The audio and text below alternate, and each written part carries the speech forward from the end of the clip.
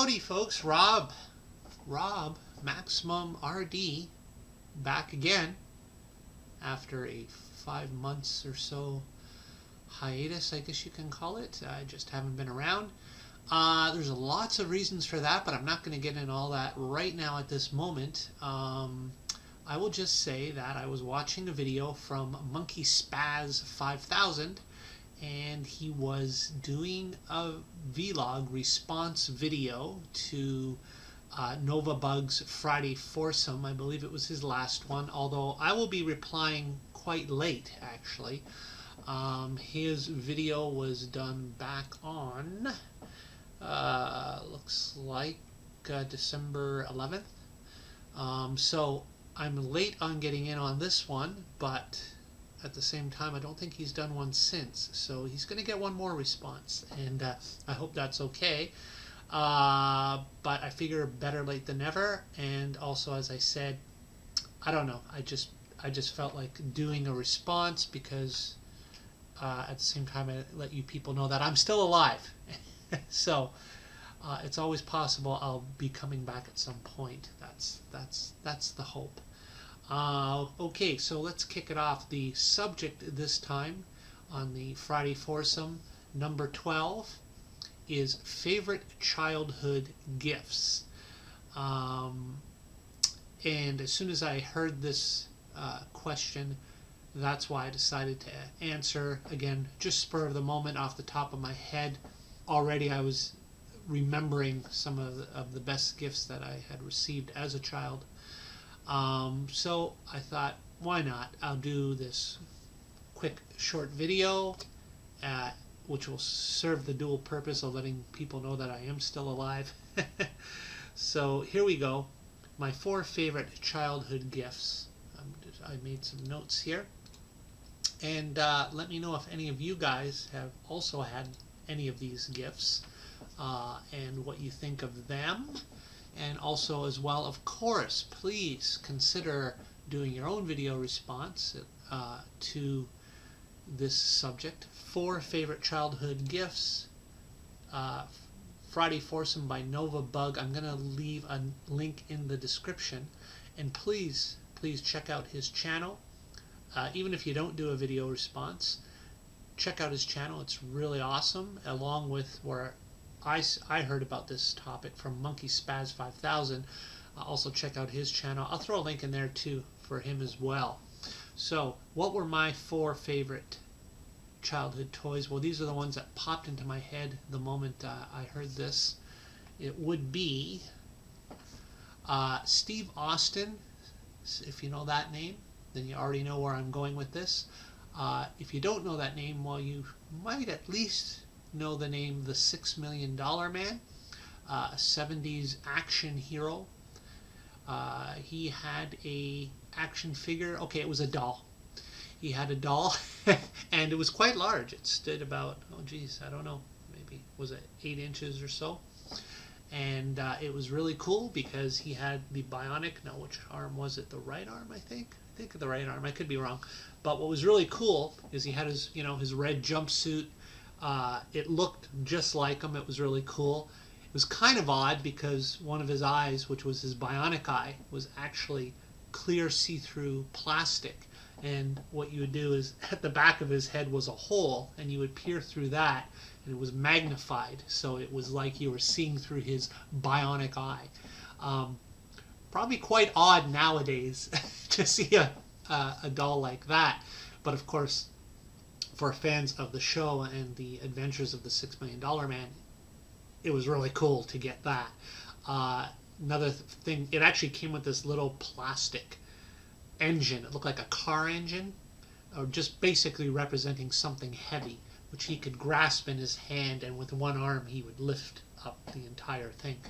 And if you rolled up his jumpsuit, his arm was this soft rubber, I guess it was, for his skin, and you could roll it up, and then you'd see these little modules that you could actually remove from his arm that had the circuitry in it that contained his bionic circuitry and all that stuff. So the electronics inside, it was just the coolest toy. See, now even thinking back on it, I think that's really awesome. So $6 Million Man doll was really cool.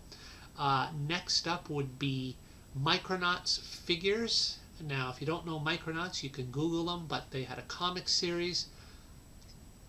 I don't know if they had a cartoon. I'd like to say they did have a cartoon, but I can't recall specifically. But they definitely had a comic book series, and obviously they had a toy line. And Micronauts were like these clear plastic little figurines, bendable. You could bend their joints. Usually I think they had silver heads, very futuristic looking, transparent bodies in different colors, green, blue, little white boots and hands. And those were the Micronauts, and it was just futuristic adventures. And they were named Micronauts, obviously using the word micro. They were very tiny in their world, in their adventures. They lived in microscopic worlds, I guess you would say. And they were really cool. But along with that, and I'm going to include this in my answer, my second answer would be the Battle Cruiser. The Battle Cruiser basically was like this big starship type thing. I had to assemble it. It was very easy, and I had a lot of fun assembling it, putting the stickers on it, and like the cockpit, you could stick your characters in there. You could remove the sides.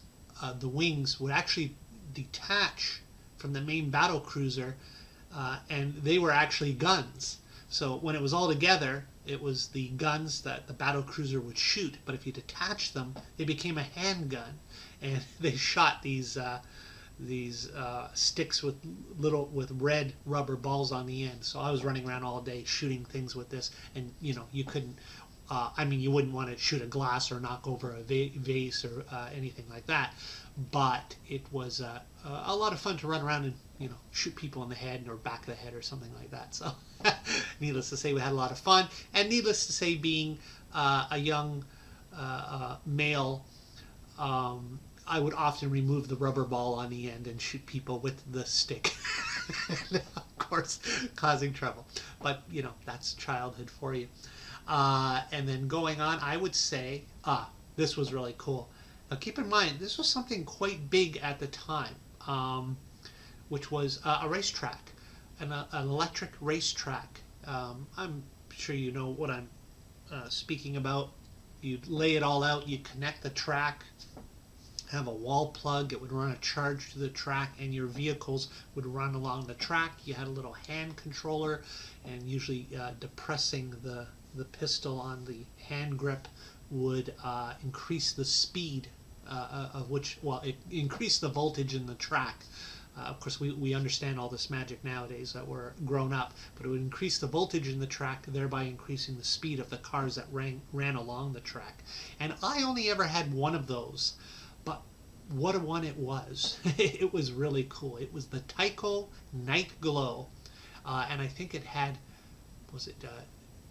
Jeep Cherokee 4x4 racers on it, and I think it was like a red one and a blue one. It was really cool. And then on top of that, and it was called the Night Glow because it had a section of track, and it was called, I think it was the Snake Track, which was really cool. It was a pretty large piece of the track that you could bend and twist in different manners, create curves, double curve, S-loop, or whatever you want.